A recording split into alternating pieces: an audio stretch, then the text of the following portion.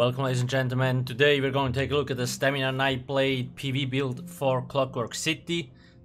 Really not a lot changed, like this is the basic setup. I am a red guard at the moment. You see we have a lot of weapon crit and weapon damage. Now we're using the Warrior Mundo Stone, gives us the most damage because we already have a lot of weapon damage.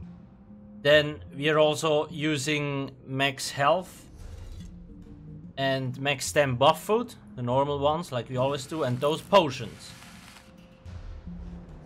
Now in terms of race, so I recommend being a red guard because it gives you the best sustain. However, Khajiit, Wood Elf, Imperial, Orc also works.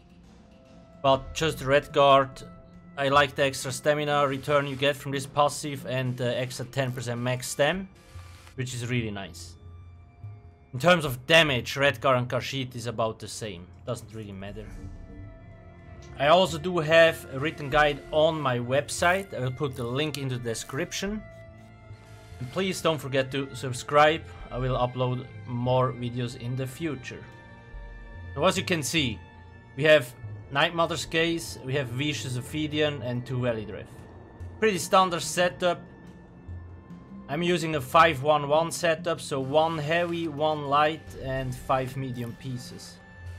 You also can run 7 medium if you want, but for a dungeon and trial build I actually like the extra health you get from the 5-1-1 setup because of Undaunted.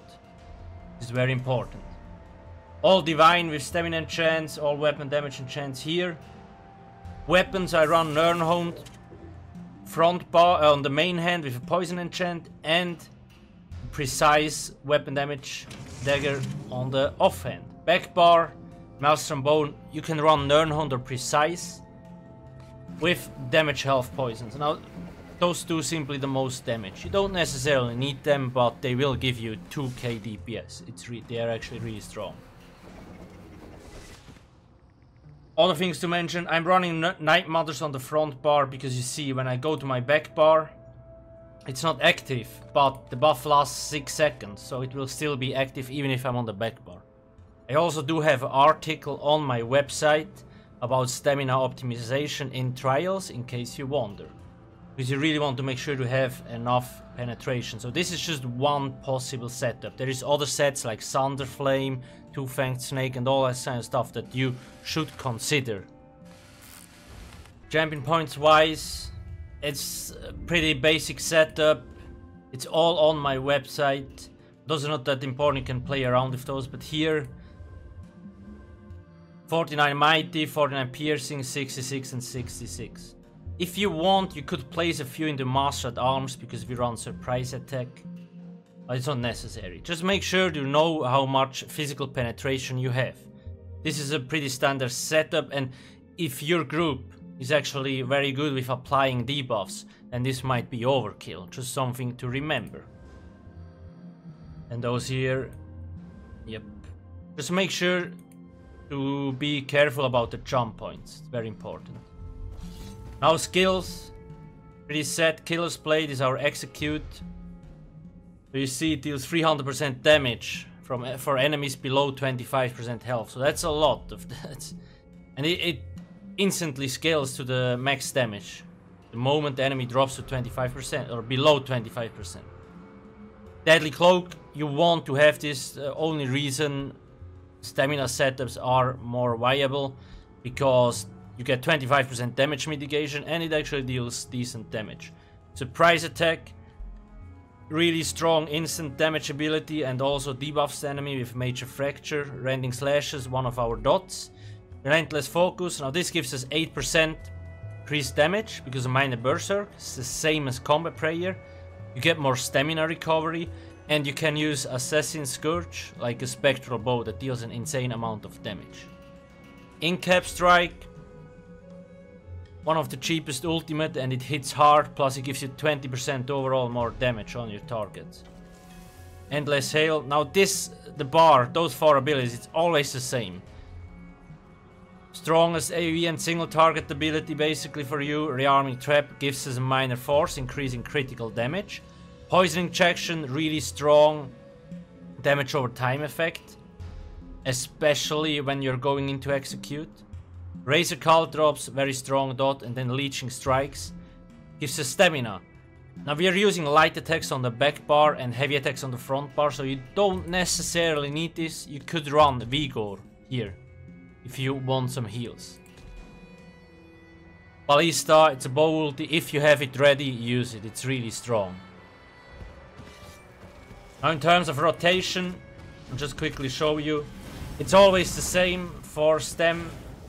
Back bar, you apply all your dots with poison injection, caltrops, and then you swap to the front bar and you do your heavy attack weaving. I do also have the rotation on my website. Before I forget it, let me just think. The rearming trap. If you want, you can run rearming trap on the front bar. I just always run it here because since 1 or 2 years, like, this is just a standard setup for stamina tunes, so it's amazing to stone for me here. But if you put it into onto the front bar, what you are getting is 3% more weapon damage if you really want it. Just something to consider.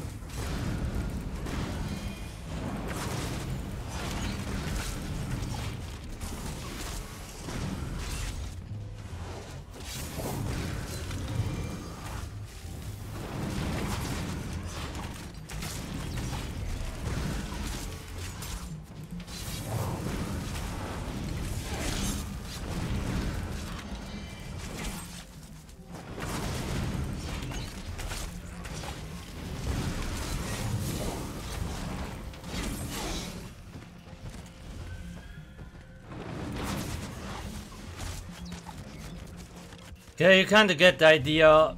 It's just when you track Endless Hail, basically, you know when you have to swap to the back bar, and depending on whether you have to use Relentless Focus or Incap or both, you can only do 2 or 1 heavy attacks.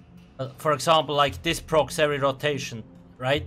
So you have to use this, but when you also have to use Incap Strike, you can't do too many heavy attacks, otherwise your Endless Hail dot will fall off, which is the strongest dot in the game, or like for stamina setups.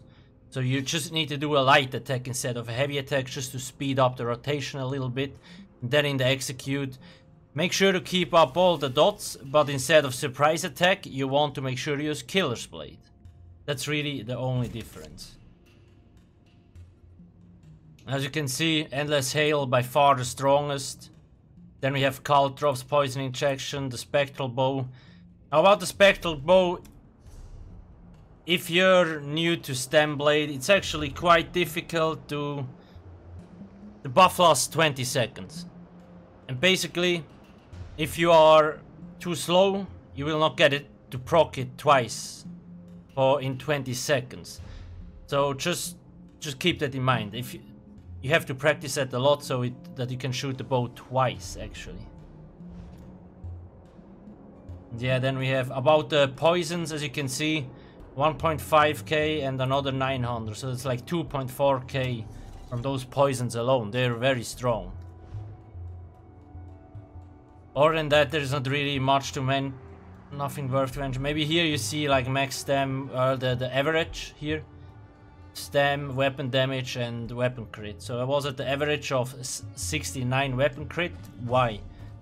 On the back bar, on the dual wield bar, you basically have 74. On the back bar we had 55. That's why it's kinda bouncing around.